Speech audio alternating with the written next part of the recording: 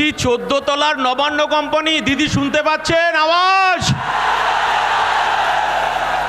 আরে ভাই বস, 22-এ আটকেছেন, 23-এ আটকেছেন, 24-এ মঞ্চে আসতে দেননি, 25-এ মঞ্চে আসতে দেননি, 42 দিন জেল খাটিয়েছেন। মাননীয় মুখ্যমন্ত্রী, আমার নেতা সিদ্দিকুল্লাহ চৌধুরী নয়, আমার নেতা বাইরন বিশ্বাস নয়। আমরা টাকার কাছে মেরুদণ্ড বিক্রি করতে আসিনি। এই বাংলার পিছিয়ে পড়া, এই বাংলার আদিবাসী, এই বাংলার অধিকার প্রতিষ্ঠা করার লক্ষ্যে 2026-এ বোমাগুলি পিস্তলের বিরুদ্ধে আমার দলের সেনাপতিরা খালি পায়ে খেলবে আর রেফারি করবে আমার নওশাদ সিদ্দিকী। আজকে আমরা মঞ্চে এসেছি মমতা বন্দ্যোপাধ্যায়, আমার ভারতবর্ষের সংবিধান প্রণেতা বি.আর. আম্বেদকর আমাদের সংবিধান দিয়েছে, আর এই মঞ্চে তার উত্তরাধিকারী উপস্থিত হয়েছে প্রকাশ আম্বেদকর।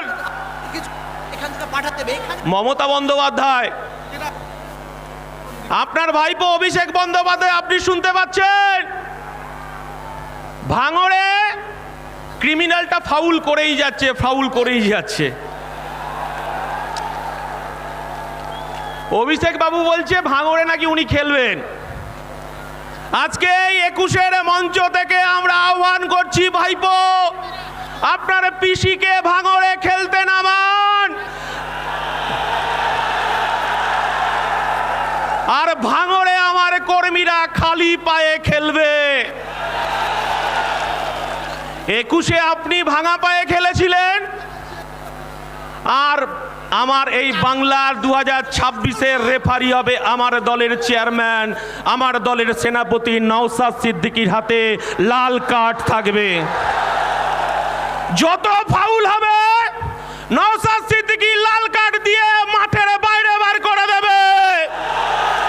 21-এর আওয়াজ যদি শুনতে পারে মমতা বন্দ্যোপাধ্যায়, আপনি হিজাব পরে, বোরখা পরে, ইনশাআল্লাহ সুবহানাল্লাহ করে এই বাংলার সংখ্যালঘু আদিবাসী দলিতের অধিকার আপনি চুরি করেছেন।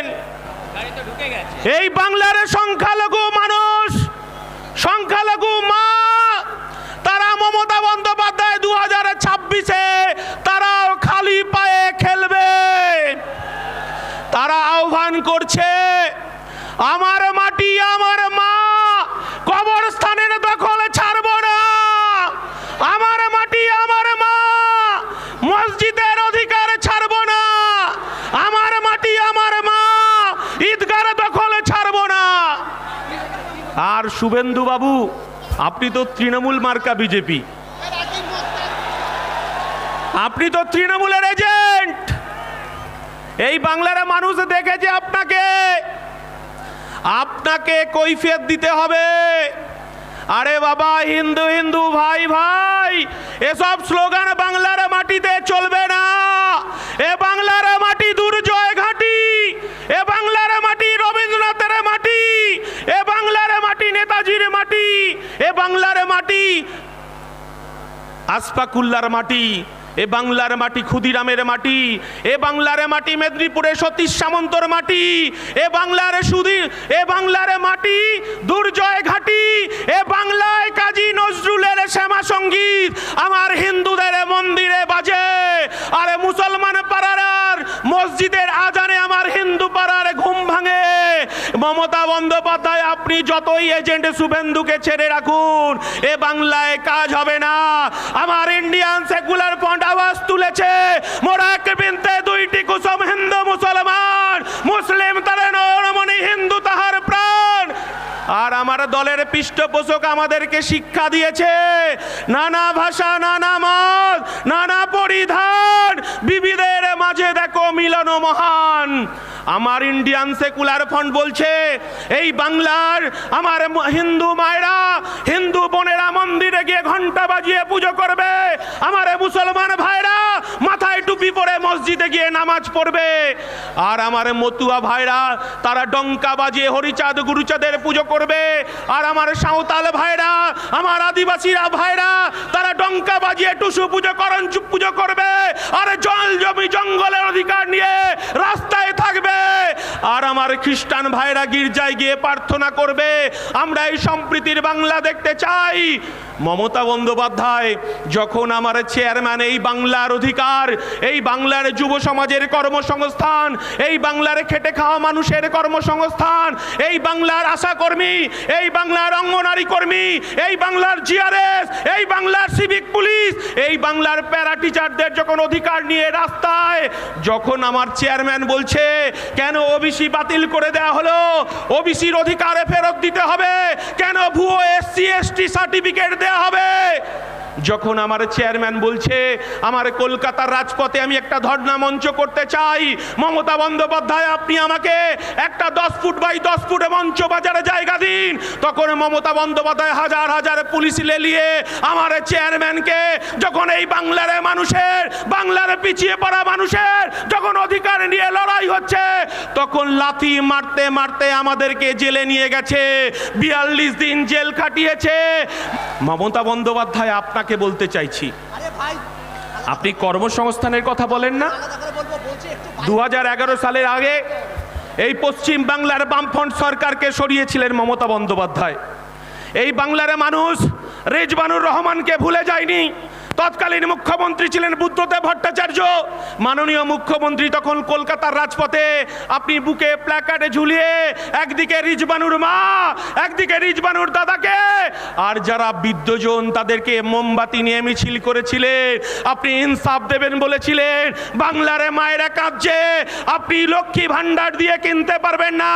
এই বাংলার তিলোত্তমার বিচার চাইছে মমতা ব্যানার্জি, এই বাংলার বিচার চাইছে, তামান্নার বিচার চাইছে, এই বাংলা বিচার চাইছে, হাঁসখালির বিচার চাইছে। মমতা বন্দ্যোপাধ্যায় আজকে সংবিধান প্রণেতার বংশধরেই মঞ্চে আছে। আমরা সংবিধান হাতে করে বলতে চাইছি, এই দেশের প্রধানমন্ত্রীর কাজ কি মন্দির মসজিদ তৈরি করা? এই বাংলার মুখ্যমন্ত্রীর কাজ কি মন্দির মসজিদ তৈরি করা? মাননীয় মুখ্যমন্ত্রী আপনি শুভেন্দু অধিকারীকে দিয়ে আপনি বলতে চাইছেন ধর্ম ধর্ম খেলা করতে চাইছেন। 1992 সালে ফিরে যান। এই বাংলার মুখ্যমন্ত্রী ছিল জ্যোতি বসু। যখন 1992 সালে আমার ভারতবর্ষের স্থাপত্য, ভারতবর্ষের ধর্মনিরপেক্ষতা, এই শুভেন্দু অধিকারীর দল বিজেপি আরএসএস যখন বাবরি মসজিদ ধ্বংস হলো, তখন এই রাজ্যের মুখ্যমন্ত্রী জ্যোতি বসু বলেছিলেন আমি আমার পুলিশ প্রশাসনকে বলে দিয়েছি এই বাংলায় দাঙ্গাবাজরা কখনো সিপিএম হতে পারে না, এই বাংলার দাঙ্গাবাজরা কংগ্রেস হতে পারে না। আমি আমার প্রশাসনকে বলে দিয়েছি মাথা লক্ষ্য করে গুলি করতে। আমরা বলতে চাইছি এ বাংলাকে ভাগ করা যাবে না। মমতা বন্দ্যোপাধ্যায় আপনি ভেবেছেন এই এসআইআর এর মধ্য দিয়ে আমার এই বাংলার সংখ্যালঘু মুসলমানের তাদের অধিকারে কবরস্থান, তাদের ঈদগাহ, তাদের মসজিদ, তাদের মাদ্রাসা আপনি 5 দিনের নোটিশে আপনি দখল দিতে চেয়েছিলেন বিজেপিকে। আমার দলের চেয়ারম্যান নওশাদ সিদ্দিকী আমরা ওয়াকফ বোর্ডে ছুটে গেছি। সেদিনকে আমরা ওয়াকফ বোর্ডকে বলে এসেছি এই বাংলার অধিকার, এই বাংলার অধিকারকে কেড়ে নেওয়া যাবে না। তাই মুসলমান সমাজ তারা বুক দিয়ে লড়াই করছে। আপনি বলছেন এখানে মিছিল করা যাবে না, মিটিং করা যাবে না, দিল্লিতে গিয়ে মিটিং করতে হবে মমতা বন্দ্যোপাধ্যায়। আর আপনি এসআইআর নিয়ে যে কথাটা বলতে চাইছেন, আপনি বলেছিলেন আপনার লাশের উপর দিয়ে এসআইআর হবে, বলেছিলেন তো? বলেছিল না? আপনি কি করলেন? ভাইপোকে বাঁচানোর জন্য 90,000 কর্মচারী আপনি নিয়োগ করলেন। 90,000 কর্মচারী কার? মমতা বন্দ্যোপাধ্যায়ের। বিডিও অফিসে দখলদারি কার? মমতা বন্দ্যোপাধ্যায়ের। বিডিও গুলো কার অধীনে কাজ করছে? মমতা বন্দ্যোপাধ্যায়ের অধীনে কাজ করছে। আর আপনি এখানে হিন্দু মুসলমান ভাগ করতে চাইছেন।